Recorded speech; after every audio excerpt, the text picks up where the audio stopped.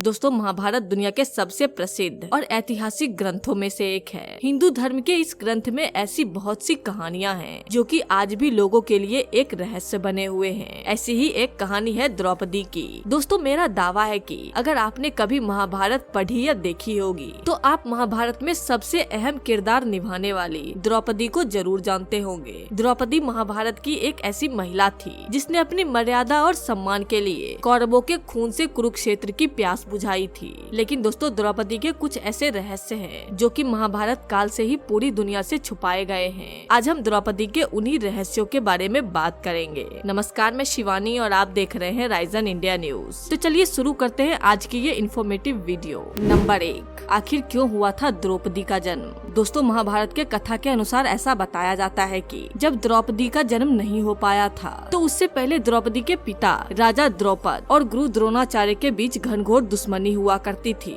और इन दोनों के बीच युद्ध भी हो चुका था, जिसमें द्रोणाचार्य ने अपने शिष्य अर्जुन से राजा द्रौपद को हार का सामना करवाया था। हालांकि ऐसा बताया जाता है कि राजा द्रौपद और द्रोणाचार्य के बीच ये युद्ध राज्य सीमा को लेकर हुआ था, जिसमें गुरु द्रोणाचार्य के तरफ से अर्जुन ने युद्ध करके राजा द्रौपद के आधे राज्य पे अपना कब्जा कर लिया था। अर्जुन से हारने के बाद राजा द्रौपद अपना ये अपमान सहन नहीं कर पाए और उन्होंने गुरु द्रोणाचार्य से बदला लेने के लिए एक यज्ञ किया, जिसके अग्नि से राजा द्रौपद को दृश्यद्योन नाम का एक पुत्र तो प्राप्त हुआ ही, इसके साथ साथ उन्हें कमल नेत्रों जैसी एक सुंदर कन्या भी प्राप्त हुई, जिसका नाम द्रौपदी रखा गया। द्रौपदी के यज्ञ की अग्नि से प्रकट होने के बाद एक आकाशवाणी हुई, जिस दौरान ये बताया गया कि द्रौपदी का जन्म पूरे आर्यावर्त में धर्म की पुनः स्थापना करने के लिए हुआ है। नंबर 2, आखिर क्यों करना पड़ा था द्रौपदी को 5 पुरुषों से विवाह। दोस्तों ये तो हम सभी को पता है कि महाभारत में द्रौपदी को 5 पुरुषों से विवाह करना पड़ा था, लेकिन आखिर ऐसा क्यों हुआ था तो हम आपको बता दें कि जब राजा द्रौपद ने द्रौपदी के स्वयंवर को आयोजित किया, उसी समय की बात है कि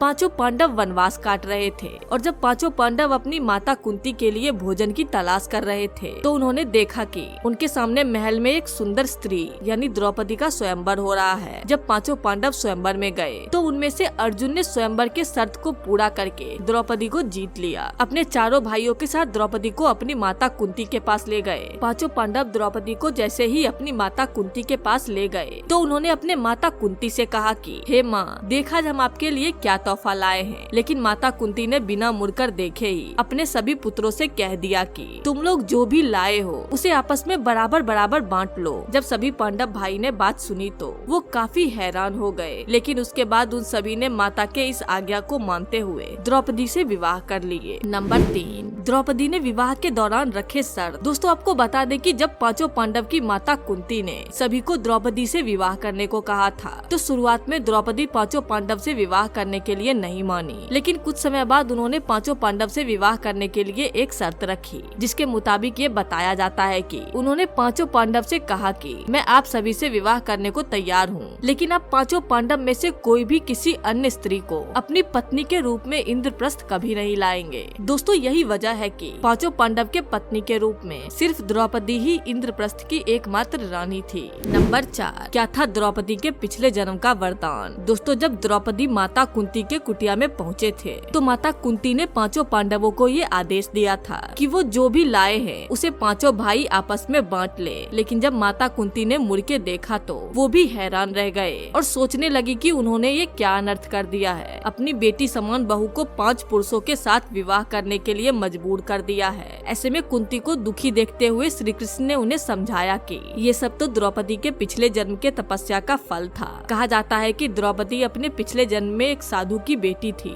और उनका विवाह नहीं हो पा रहा था। अपने विवाह के लिए द्रौपदी ने भगवान शिव की घोर तपस्या की थी और वरदान मांगा था कि उन्हें 5 गुणों वाला पति चाहिए और 5 गुण होना किसी एक पुरुष में संभव नहीं है, जिस वजह से अगले जन्म में द्रौपदी को 5 पतियों का सुख प्राप्त हुआ था। नंबर 5, पतिव्रता स्त्री के लक्षण। दोस्तों महाभारत के दौरान द्रौपदी ने बताया था कि एक पतिव्रता स्त्री में कौन से लक्षण होने चाहिए। एक बार की बात है जब श्री कृष्ण की पत्नी सत्यभामा द्रौपदी से मिलने आई तो उन्होंने द्रौपदी से ये पूछा कि आपके 5 बलशाली पांडव आपका इतना सम्मान क्यों करते हैं। तब द्रौपदी ने सत्यभामा को जवाब देते हुए कहा कि मैं अहंकार और क्रोध से बहुत परे हूँ और मैं केवल अपने पतियों की खुशी में ही खुश रहना पसंद करती हूँ। मैंने जब से 5 पांडव के साथ साथ विवाह किया है, तब से मैं किसी भी अन्य पुरुष को देखकर आकर्षित नहीं होती हूँ और मेरा तन मन सब कुछ पांचों पांडव का ही हो चुका है। जब युधिष्ठिर ने अपनी पत्नी को जुए में दांव पर लगा दिया था,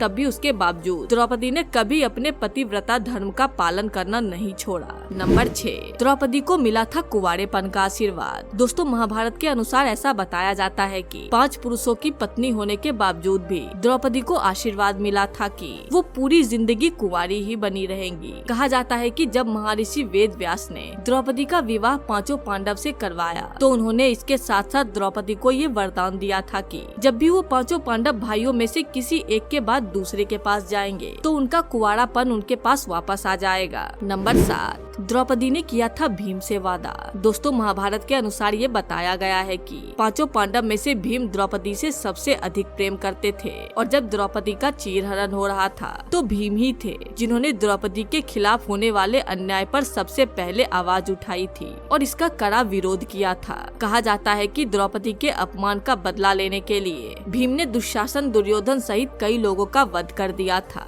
जिस वजह से द्रौपदी को भी भीम से समय के साथ अत्यधिक लगाव हो गया था। कहा जाता है कि पांचों पांडव द्रौपदी के साथ स्वर्ग यात्रा पर हिमालय पर जा रहे थे, तो अचानक से द्रौपदी का पैर फिसलने की वजह से वो खाई में गिरने लगती हैं और मरने से पहले वो भीम से ये वादा करती हैं कि अगले जन्म में यदि मुझे पत्नी बनने का सौभाग्य प्राप्त हो, तो मैं तुम्हारी ही पत्नी बनना चाहूंगी। नंबर 8, द्रौपदी क्यों नहीं जा पाई स्वर्ग। दोस्तों, ऐसा बताया जाता है कि स्वर्ग यात्रा के दौरान जब खाई में गिरकर द्रौपदी की मृत्यु हो गई थी, तब भीम ने अपने बड़े भाई युधिष्ठिर से ये पूछा था कि द्रौपदी ने अपने जीवन काल में कभी कोई पाप नहीं किया, फिर वो हमारे साथ स्वर्ग तक क्यों नहीं जा सकी। जिसका जवाब देते हुए युधिष्ठिर ने भीम से कहा कि द्रौपदी हम पांचों भाइयों में से सबसे ज्यादा प्रेम अर्जुन से करते थे, जिसे उसने हम सभी से छुपाए रखा और यही वजह है कि द्रौपदी स्वर्ग तक नहीं जा सकी। वैसे दोस्तों, आप हमें कमेंट करके जरूर बताइएगा कि क्या आप इस वीडियो से पहले